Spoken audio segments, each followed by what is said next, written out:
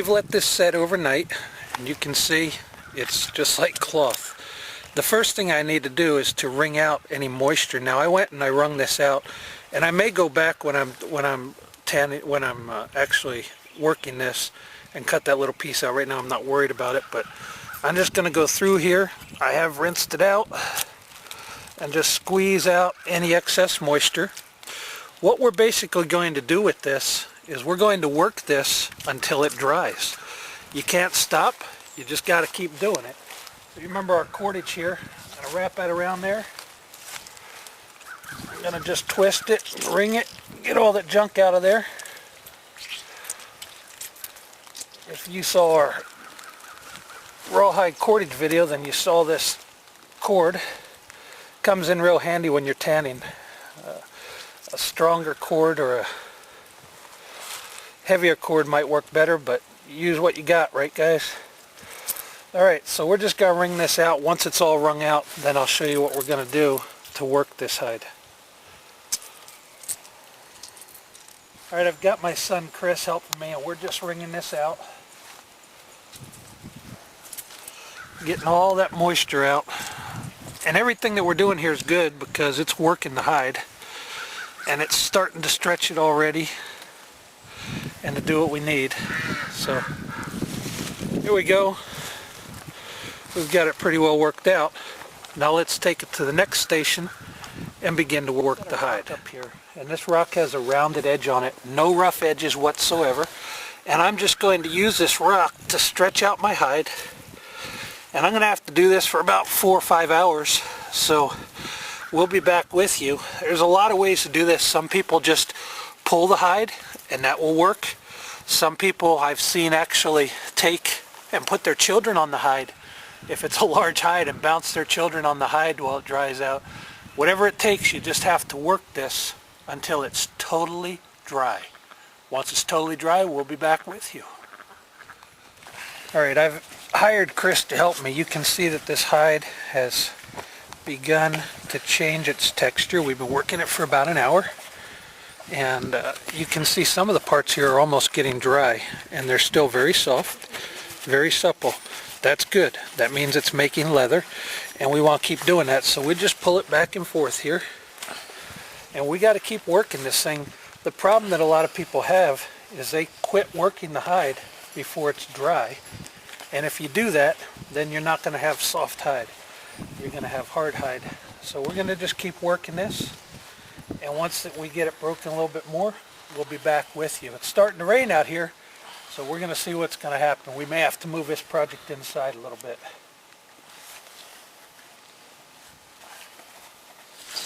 Now, let me say this. If I didn't have Chris here, I could do this by myself. I mean, I could pull this. It would just take longer. Just pull it across and do every piece and do the very same thing. Makes it a little easier with 2 people. As I said, tanning hides was really a community project back when the natives were doing this all the time, when people do it all the time. And so you just keep working that hide.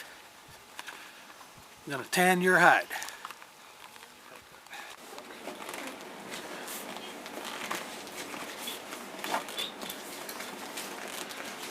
Now, what I've done is I'm showing you another method here. I've got Ty and Donna and Rachel helping out here.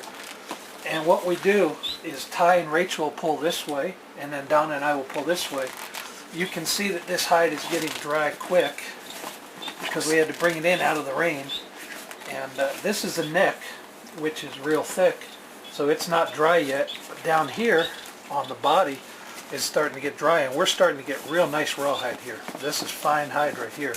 Broken good, and we're just working this. The edges tend to dry a little faster, so you want to keep working the edges. Don't forget your edges as you're doing it.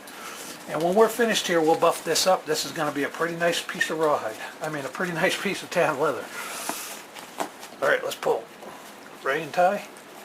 Go. Done.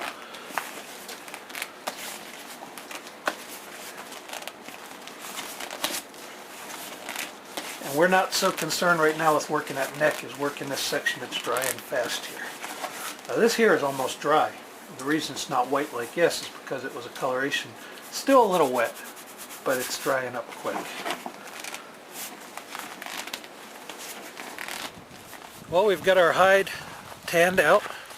It's in pretty good shape, nice and soft. There was a real thin point here that we broke through. Not going to really matter. We could sew it if we needed to use it. But what I'm going to finish doing here is I'm bringing it out to my cord, and I'm going to go ahead and buff this just to get a final nice soft buff on here.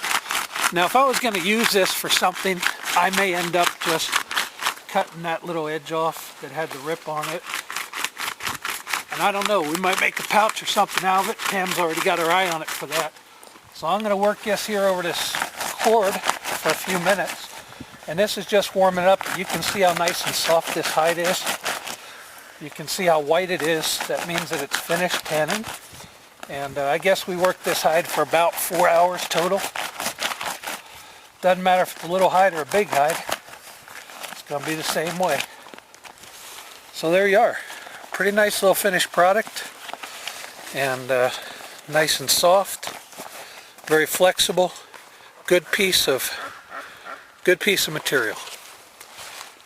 Well, this is David Wendell with Bushcraft on Fire. We're pleased to be with you. One thing I wanted to show you, if you have calluses from doing hand drills, this will soften your calluses right up. Ladies, if you want some soft hands, then do some work with this, because this will make your hands soft. This is David Wendell with Bushcraft on Fire. We're pleased to be with you today. Thank you for joining us. Hope you enjoyed this video and learned a little bit from it. Have a great day and join us again soon.